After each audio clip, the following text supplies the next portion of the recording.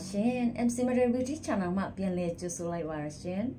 TV Leo Maran Jisu Apire mix Alo go, Diani, a yan, Tizu Timarello, Piochimare. A Cusala Beach Martin Sapitome, a Chamaro, Alu Vairao, Mamide, a Drambalu, a sick to be amle, Piro, the a sick to be Magua Balu, Tom Yamale, Piro, a mere chone, Dintic Twat the Mari a dread, the a sick to be thou below gondole, Jamaita your blow gondole, Surehao, Tinsap Pitoma pillow, DVD limit chicken my Jamaya channel, you subscribe to Pichawa, don't such a mare.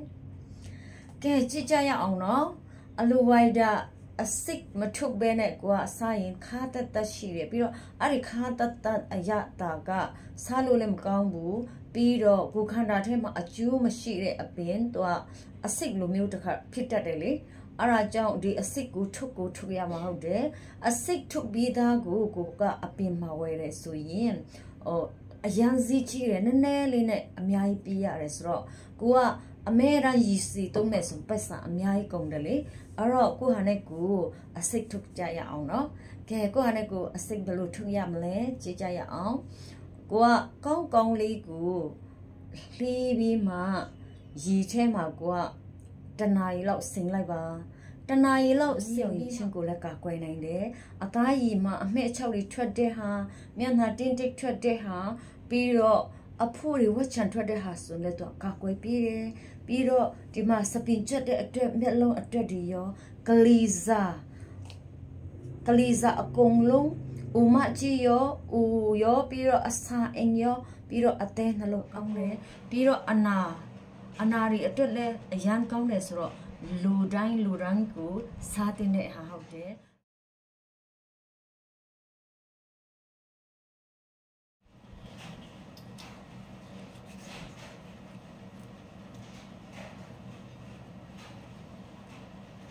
Jima, go queenie, that's Rodima, go any yanni female. Tihaga dema, a low white dava, dema. Tihaguri, ye net gong see to be, see much about the Lodom Chichayana, Dema. Dema, go any yarn if you look well. No man, Dema.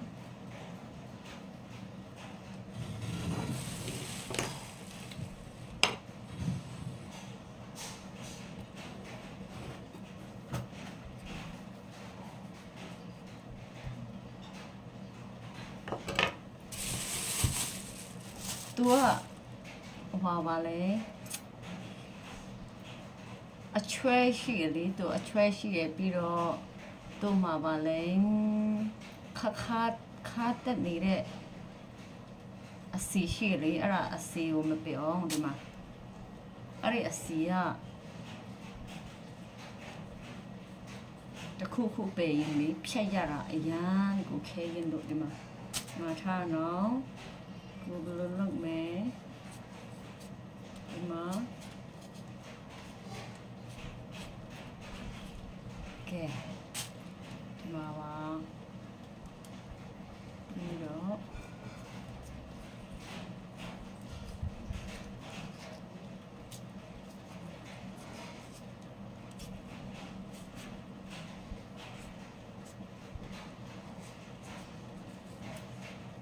Mama.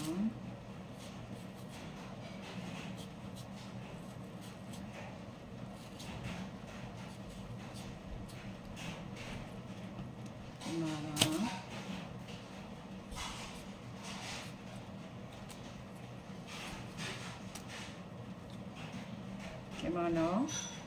Tihari Rishi and like some shoe, no. Tihago, Dima. Tung Takasa, Tung Jamaja, the Lolo, and Tumano, Dima.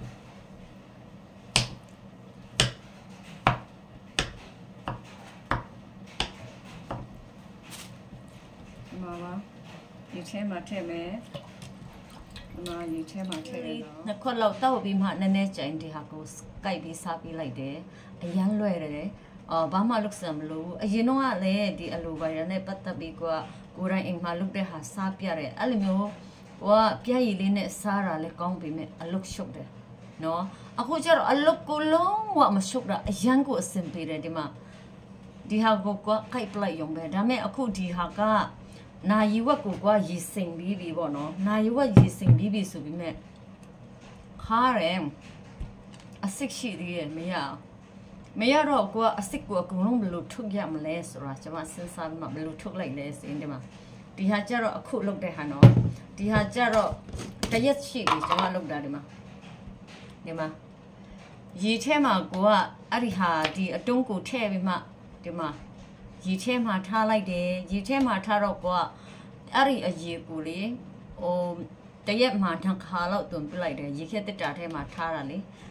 2ခါလောက်တွန်းပြလိုက်တယ်အဲ့ဒါဆိုရင်စားလို့ရတော့ဒီထဲမှာကျွန်မကဘယ်လိုစားလဲဆိုတာစားပြမနော်ကဲဒီမှာတခါစားပဲဒီမှာလုံးဝဒီဟာကအခုနာယီဝက်ရည်စိမ်တယ်စားလို့မရဘူးခါတက်ရှိသေးတယ်အဲ့တော့အထက်မှာအစစ်ကြီးကျန်နေတာပေါ့နော်အဲ့ဒီအစစ်ကကိုခန္ဓာအတွက်လဲတိတ်ပြီးမလို့အပ်တဲ့အတွက်ကြောင့်ကျွန်မဆိုရင်မစားဘူးပေါ့နော်ပြီးတော့အရသာဆိုလဲမကြိုက်တဲ့အတွက်ကြောင့်မစားဘူးကိုကအဲ့လိုရည်စိမ်ပြီးမှပဲဒီမှာတရက်ရည်စိမ်ပြီးမှလည်းကျွန်မကရည်သွင်းပြီးမှအရည်အစ်စ်လေးကိုကကြံထဲတယ်ဒီဟာဆိုရင်2ရက်လောက်ကိုထားတာဟုတ်ပြီဒါမဲ့တရက်ထားပြီးဆိုရင်ကမနက်ထားရရင်2ခါလောက်သွင်းပြီးညနေပိုင်းဆိုကျွန်မစားပြီးဒီမှာ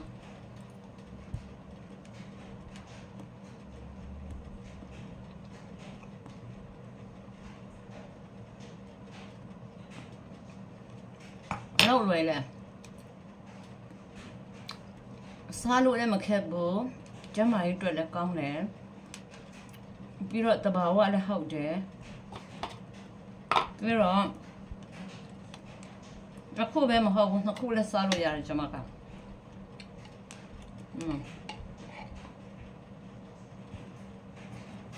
တရက်မှာ3ခါစားပြီးမနော်မနေ့ရေတစ်ခါလောက်တစ်ခွက်လောက်ပဲနှစ်ခွက်လောက်ပဲကိုကဘယ်လိုအများရန်တောက်နေကြလဲအဲ့ဒါတောက်ပြီးမှတနာရီလောက်ဆိုရင်ကျမကဒီတတုံးကိုကိုက်စားတယ်ပြီးတော့နေ့လက်ပိုင်းမှာဆိုရင်လည်းကိုကထမင်းမစားခင်နိုင်ဝက်လောက်ဆိုရင်ဒီဟာကိုက်စားလိုက်တယ်ကိုကဒီလိုမျိုးတုံးပြီးမှလည်းနေရာတကမှကိုက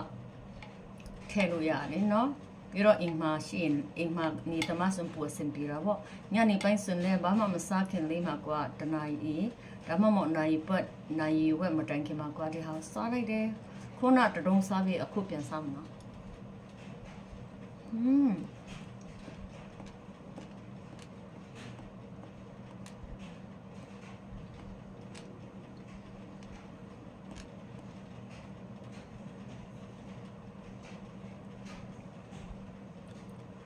ကြိုက်တယ်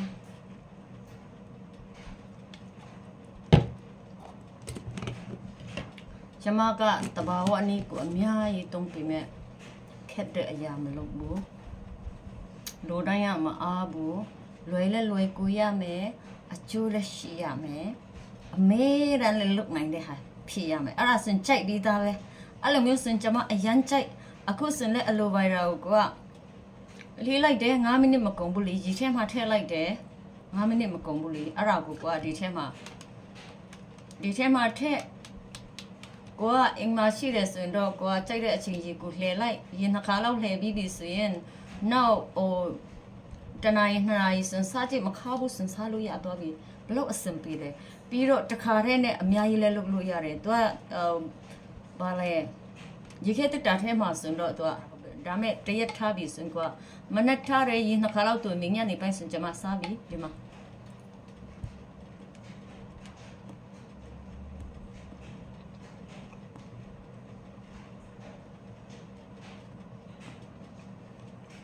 လောက်လွယ်လဲစားလို့လည်းမခက်ဘူးကျမကြီးတွေ့လည်းကောင်းတယ်ပြီးတော့တဘာဝလည်းဟုတ်တယ်ပြီးတော့အခုပဲမဟုတ်ဘူးနှစ်ခုလည်းစားလို့ရတယ်ကျမက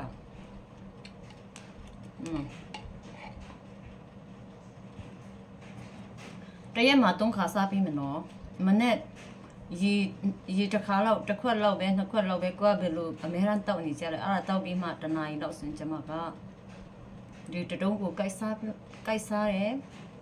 ပြီးတော့နေ့လည်းပိုင်းမှာဆိုရင်လည်းကိုကသမင်းမစားခင်နိုင်ဝက်လောက်ဆိုရင်တည်းဟာကိစ္စလိုက်တယ်ကိုကဒီလိုမျိုးတုံးပြီးမှလည်းနေရတကမှကိုကထဲလို့ရတယ်နော်ပြီးတော့အိမ်မှာရှိရင်အိမ်မှာနေတမဆွန်ပူစင်ပြီးတော့ညနေပိုင်းဆွန်လည်းဘာမှမစားခင်လေးမှာကိုကတနာရီဒါမှမဟုတ်နိုင်ပတ်နိုင်ဝက်မတိုင်ခင်မှာကိုကဒီဟာစားလိုက်တယ်ခုနတတုံးစားပြီးအခုပြန်စားမှာ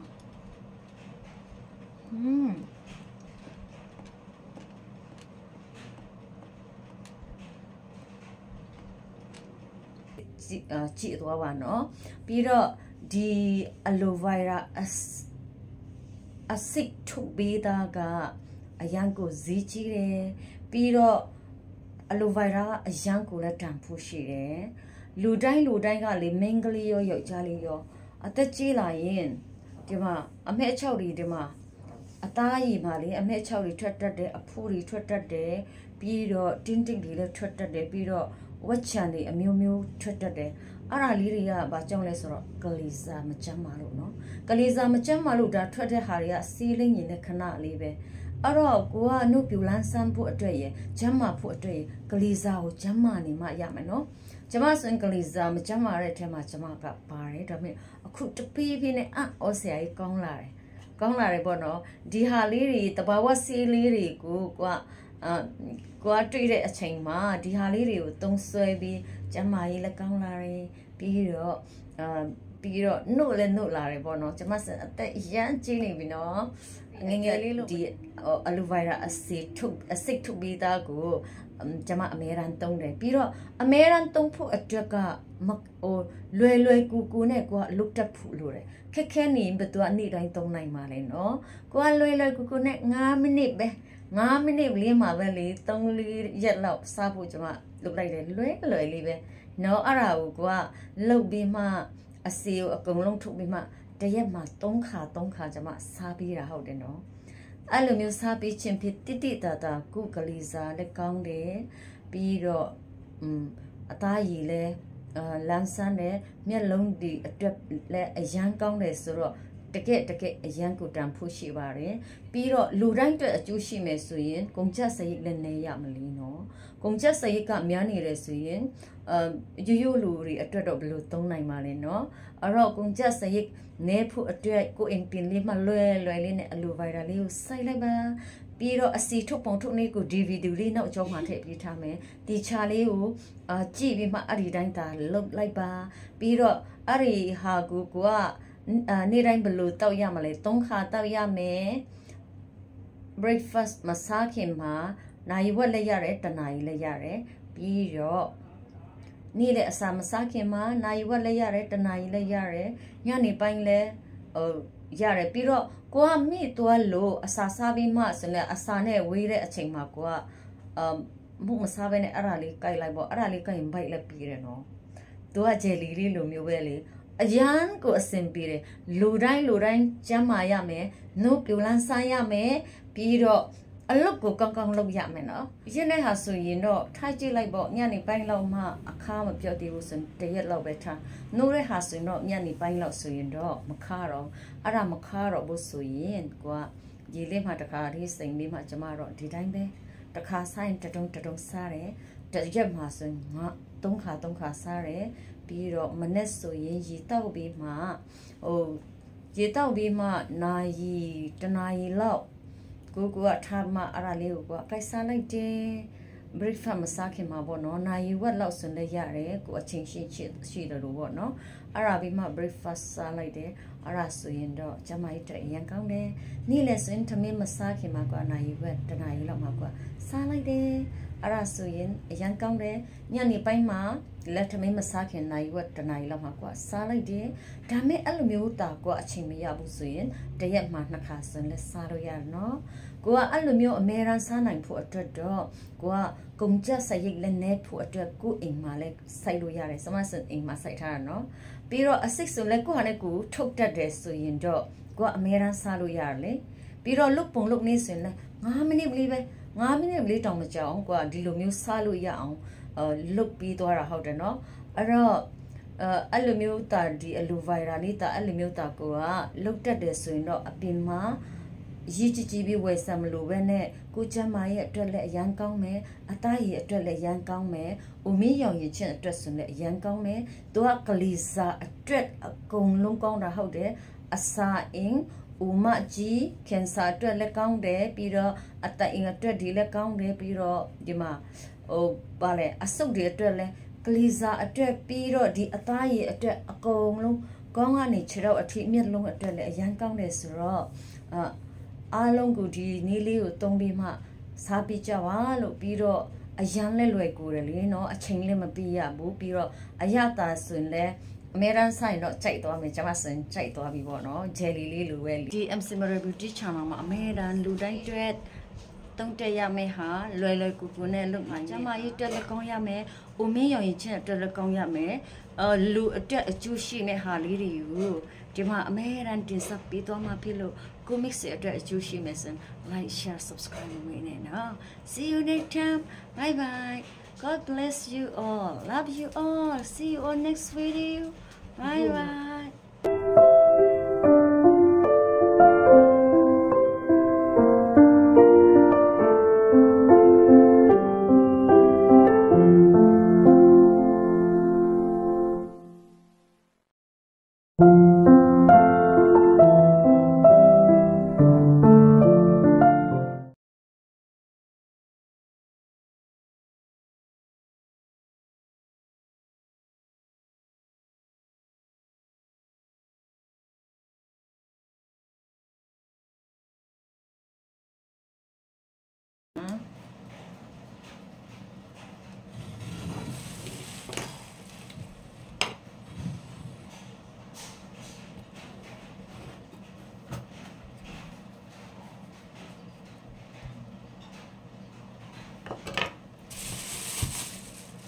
ตัว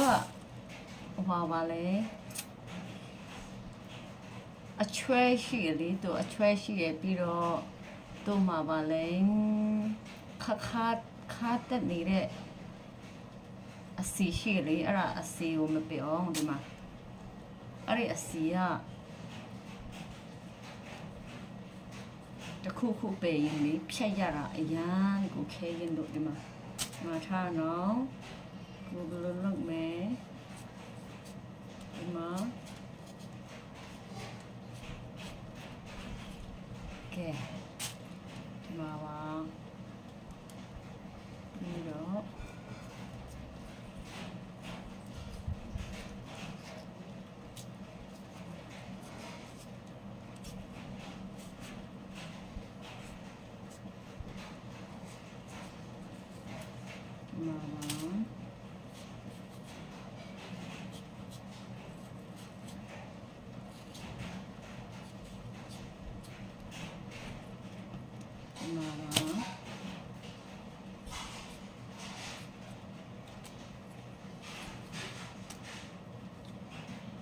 ဒီမှာနော်ဒီဟာလေးတွေရှိရင်လည်းကိစ္စမရှိဘူးနော်ဒီဟာကိုဒီမှာတုံတစ်ခါစားတုံလေးကျွန်မကြောက်ဒီလောက်နဲ့တုံမယ်နော်ဒီမှာ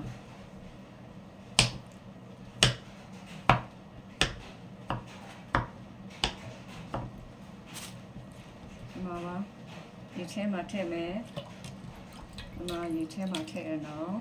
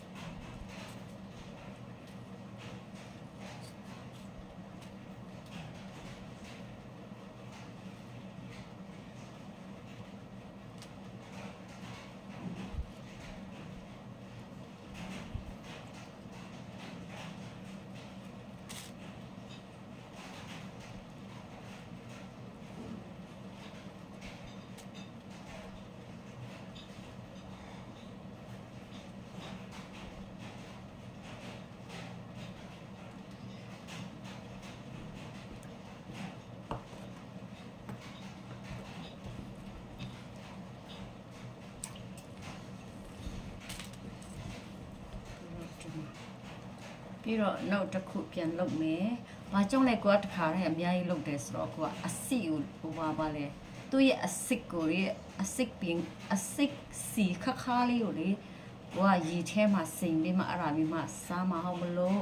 ခုနတစ်ခုလုပ်ပြီးသွားပြီအခုနောက်တစ်ခုပြန်လုပ်မယ်။ဒီမှာပါကောက်တဲ့နေရာနေပြီးတယ်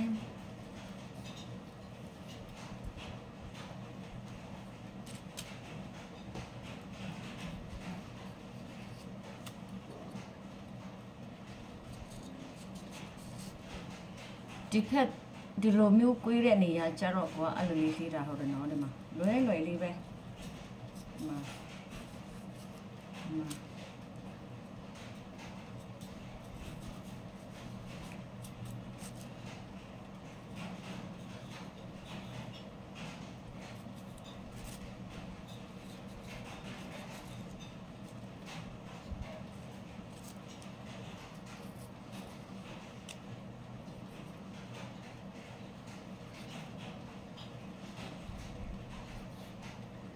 โอเคဒီဘက်ကျတော့တစ်ခါထည့်ပေးလိုက်မယ်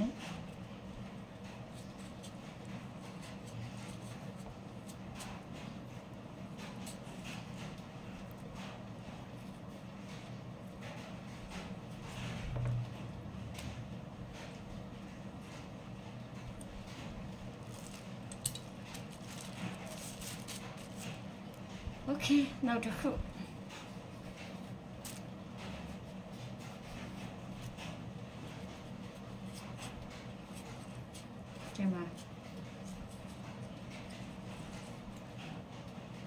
အသားတိတ်မပါဘူးနော်အသားမပါဘဲနဲ့လှီးလို့ရတယ်ဒီဖက်ကျတော့တစ်ခါလေးလှီးလို့မရဘူးပြီးတော့ကွာလွယ်လေးနဲ့လှီးချင်ဒီမှာတော့ဝက်စွန်းနဲ့ဒီလိုလုပ်လိုက်ဝက်လှီးမှဒီမှာထားဒါမဲ့အဲ့လိုမျိုးကျတော့နည်းနည်းပြော့လို့လေလုပ်ရတာတိတ်ပြီးအဆင်မပြေဘူးနော်ပြီးတော့သူ့မှာအလိုဘိုင်ရာအကြီးကသူ့မှာလေကော်ဖီရောင်လိုလေးပါလေအချွဲလေးရှိတယ်အဲ့ဒီဟာကတနေရာမှာပင်ဖြတ်ဖို့မလွယ်ဘူးအဲ့တော့ကပလတ်စတစ်လေးနဲ့ခံထားတာဒီမှာအစီပေါ့နော်အစီခ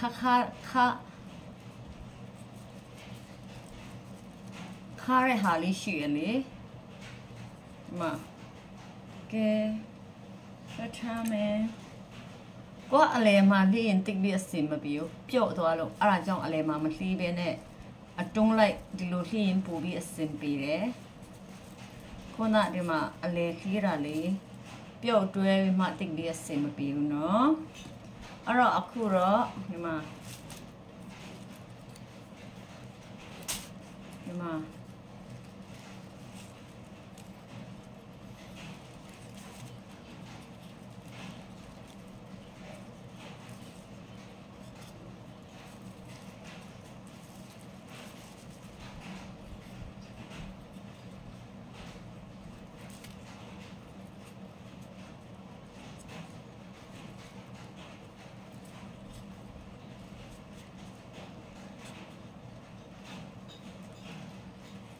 โอเค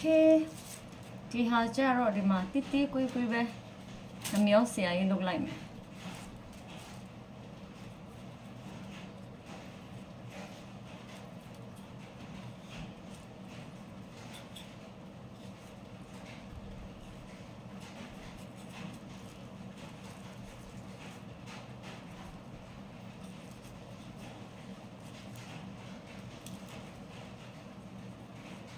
ဒီမှာတစ်ခါစားရတယ်လေဒီဟာရောတစ်ခါစားဝတုတ်ဒီမှာလေပြည့်နေရဆိုတော့နှမျောတယ်လုပ်လိုက်မယ်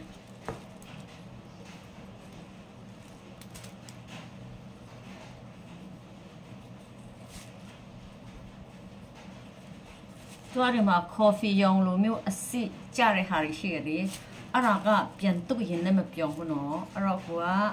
ပလတ်စတစ်လေးကိုခံထားတာဟုတ်တယ်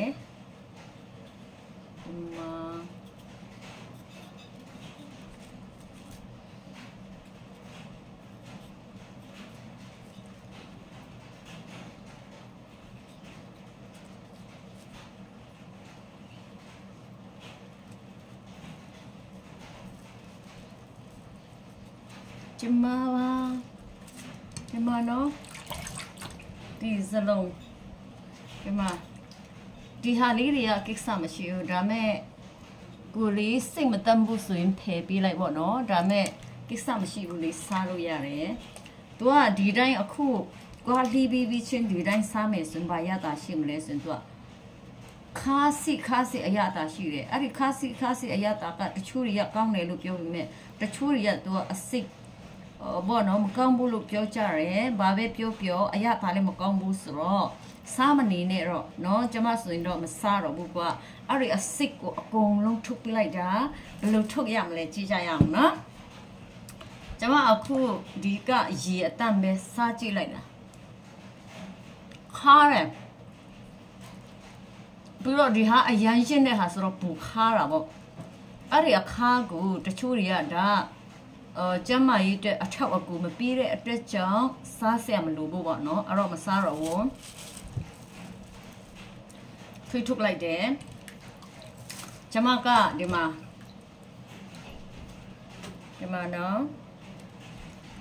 နော်ဒီဟာကူလီတခါတည်းဒီလိုလှီးတာပဲကောင်းတယ်နော်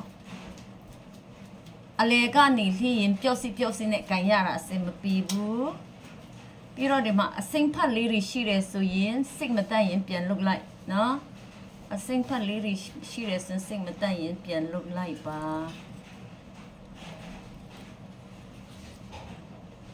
ကဲဒီဟာကိုဘယ်လိုလုပ်မလဲဒီမှာကြည့်ပါဦးကွာတခါစားပဲကျမစင်တခါစားဘယ်လောက်စားလဲဒီလောက်စားတယ်ဒီလောက်စားတယ်တခါစားဆိုရင်ဒီမှာ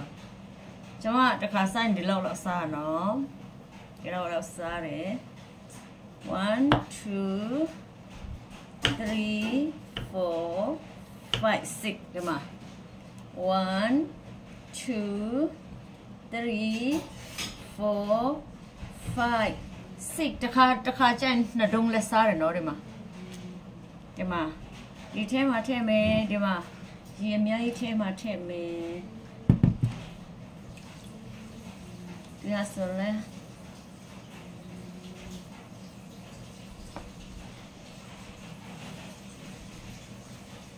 ကဲဒီနေ့ကျွန်မအလူဗိုင်ရာတုံးတဲ့ဟာတွေကအရန်ရင်းနေကွာရင်းကြီးတုံးတယ်နှိုးတဲ့ဟာလည်းတုံးလို့ရတယ်အကြီးလည်းတုံးလို့ရတယ်အသေးလည်းတုံးလို့ရတယ်နော်အဲ့တော့ကျွန်မကရင်းတဲ့ဟာတုံးတယ်ဆိုတော့ကျွန်မအခုအကုန်လုံးလှီးပြီးတော့ဒီမှာကျွန်မတစ်ခါစားကိုအဲ့လောက်ကိုတစ်ခါစားဖြစ်ပါတယ်ဒါမဲ့ဒီဟာကိုဒီလောက်လုပ်ပြီးမြဲတစ်ခါကျနှစ်တုံးလောက်လည်းကိုကစားလိုက်တယ်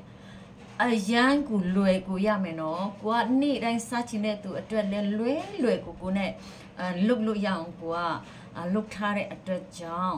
အရန်ကိုအဆင်ပြေပါတယ်ပြီးတော့ဒီအလူဗိုင်ရာကလေးစားအကုန်လုံးအတွက်ကောင်းတယ်နော်ဦးမကြီးခင်စားရီအတွက်လည်းကောင်းတယ်အသေးရီအတွက်လည်းကောင်းတယ်အစာအိမ်အတွက်လည်းကောင်းတယ်ပြီးတော့အသားရည်အတွက်လည်းကောင်းတယ်ဦးမရောင်ရင်ချက်အတွက်ကိုလည်းသူကကောင်းတယ်ဒီကလေးစားမှာကိုကဘယ်နေရာမှာချိုးရင်ချက်ရှိတယ်လေဒီအလူဗိုင်ရာတာကိုကနေ့တိုင်းသာတုံးတယ်ဆိုရင်တနေ့ပြီးတနေ့ကိုကကျမ်းမာပြီးမှပါလေကျမ်းမာပြီးမှလှပြီးနှုတ်လာမှာဟုတ်တယ်နော်ကိုကတချို့တွေကအရန်လှချင်ပေမဲ့မကျမ်းမာပဲနဲ့လှလို့မရဘူးနော်အဲ့ဒါလေဘာမှလုပ်စမ်းမလို့အရင်တော့ကလည်းဒီအလူဗိုင်ရာနဲ့ပတ်သက်ပြီးကိုယ်တိုင်အိမ်မှာလုပ်တဲ့ဟာစားပြတယ်အဲ့လိုမျိုးကိုကပြည့်ရည်လေးနဲ့စားတာလည်းကောင်းပေမဲ့အလုတ်ရှုပ်တယ်နော်အခုကျတော့အလုတ်ကိုလုံးဝမရှုပ်တာအရန်ကိုအဆင်ပြေတယ်ဒီမှာဒီဟာကိုခိုက်ပလိုက်ရုံပဲဒါမဲ့အခုဒီဟာကနာယီဝက်ကိုရေစိမ်ပြီးပြီပေါ့နော်နာယီဝက်ရေစိမ်ပြီးပြီဆိုပြီးမဲ့ခါရဲအစစ်ရှိသေးတယ်မရတော့ကိုကအစစ်ကိုအကုန်လုံးဘယ်လိုထုတ်ရမလဲဆိုတာကျွန်မစဉ်းစားမှဘယ်လိုထုတ်လိုက်လဲဆိုရင်ဒီမှာဒီဟာကျတော့အခုလုပ်တဲ့ဟာနော်ဒီဟာကျတော့တရက်ရှိပြီကျွန်မလုပ်တာဒီမှာရေထဲမှာကိုကအဲ့ဒီဟာဒီအတုံးကိုထည့်ပြီးမှဒီမှာရေထဲမှာထားလိုက်တယ်ရေထဲမှာထားတော့ကိုကအဲ့ဒီအရေကိုလေတရက်မှာ2ခါလောက်တွန်းပြလိုက်တယ်ရေခဲတက်တာထဲမှာထားတာလေ2ခါလောက်တွန်းပြလိုက်တယ်အဲ့ဒါဆိုရင်စားလို့ရတော့ဒီထဲမှာကျွန်မကဘယ်လိုစားလဲဆိုတာစားပြမယ်နော်က ကဲဒီမှာတခါစားပဲဒီမှာလုံးဝဒီဟာကအခုနိုင်ဝက်ရည်စိန်တယ်စားလို့မရဘူးခါတက်ရှိသေးတယ်အဲ့တော့အထက်မှာအစစ်တွေကျန်နေတာပေါ့နော်အဲ့ဒီအစစ်က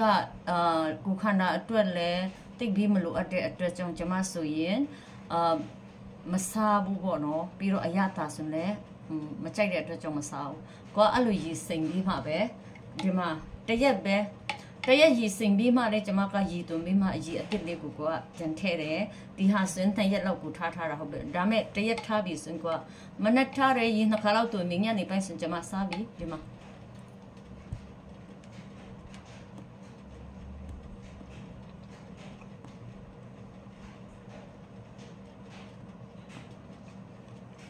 လောက်လွယ်လဲစားလို့လည်းမခက်ဘူးကျမကြီးအတွက်လည်းကောင်းတယ်ပြီးတော့တဘာဝလည်းဟုတ်တယ်ပြီးတော့အခုပဲမဟုတ်ဘူးနှစ်ခုလည်းစားလို့ရတယ်ကျမက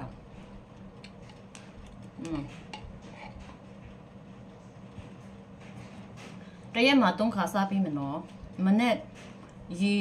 ရေတစ်ခါလောက်တစ်ခွက်လောက်ပဲနှစ်ခွက်လောက်ပဲကိုကဘယ်လိုအများရန်တောက်နေကြလဲအဲ့ဒါတောက်ပြီးမှတနာရီလောက်စင်ကျမကဒီတတုံးကိုကိုက်စားတယ်ပြီးတော့နေ့လည်းပိုင်းမှာဆိုရင်လည်းကိုကသမီးမစားခင်နိုင်ဝက်လောက်ဆိုရင်ဒီဟာကိုက်စားလိုက်တယ်ကိုကဒီလိုမျိုးတုံးပြီးမှလည်းနေရာတကမှကိုကထဲလို့ရတယ်နော်ပြီးတော့အိမ်မှာရှိရင်အိမ်မှာနေသမားစွန်ပူစင်ပြီးတော့ညနေပိုင်းစွန်လည်းဘာမှမစားခင်လေးမှာကိုကတနာရီဒါမှမဟုတ်နိုင်ပတ်နိုင်ဝက်မတိုင်ခင်မှာကိုကဒီဟာစားလိုက်တယ်ခုနတတုံးစားပြီးအခုပြန်စားမှာ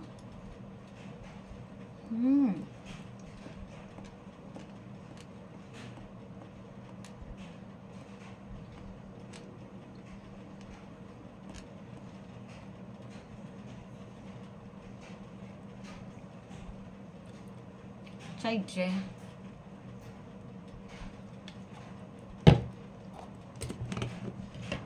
ကျမကတဘာဝအနည်းကိုအများကြီးတုံးပြီးမဲ့ခက်တဲ့အရာမလုပ်ဘူးလိုတိုင်းရမအားဘူးလွယ်လဲလွယ်ကိုရမယ်အကျိုးလည်းရှိရမယ်အမေရန်လည်းလုပ်နိုင်တဲ့ဟာဖြစ်ရမယ်အဲ့ဒါစင်ကြိုက်ပြီးသားပဲအဲ့လိုမျိုးစင်ကျမအရန်ကြိုက်အခုစင်လဲအလိုဗိုင်ရာကိုကလေးလိုက်တယ်9မိနစ်မကုန်ဘူးလေရေထဲမှာထည့်လိုက်တယ်9မိနစ်မကုန်ဘူးလေအဲ့ဒါကိုကဒီထဲမှာထည့်ကိုကအိမ်မှာရှိတယ်ဆိုရင်တော့ကိုကကြိုက်တဲ့အချိန်ကြီးကိုလှည့်လိုက်ရင်2ခါလောက်လှည့်ပြီးပြီဆိုရင်နောက်တနာရီ2နာရီစင်စားကြည့်မခါဘူးစင်စားလို့ရတော့ပြီဘလို့အဆင်ပြေတယ်ပြီးတော့တခါတည်းနဲ့အများကြီးလဲလုပ်လို့ရတယ်သူကဘာလဲရေခဲတက်တာထဲမှာဆိုတော့သူက3ရက်လောက်ခံတယ်လေ3ရက်လောက်ခံတယ်လေအဲ့ဒါကိုက3ရက်စားတစ်ခါလုပ်လိုက်ရုံပဲကိုကအမေရန်အဲ့လိုစားပြီးတယ်ဆိုရင်ဦးခေါင်းကနေခြေတော့အထိဘာယောဂနဲ့အစိတ်ညက်နေတယ်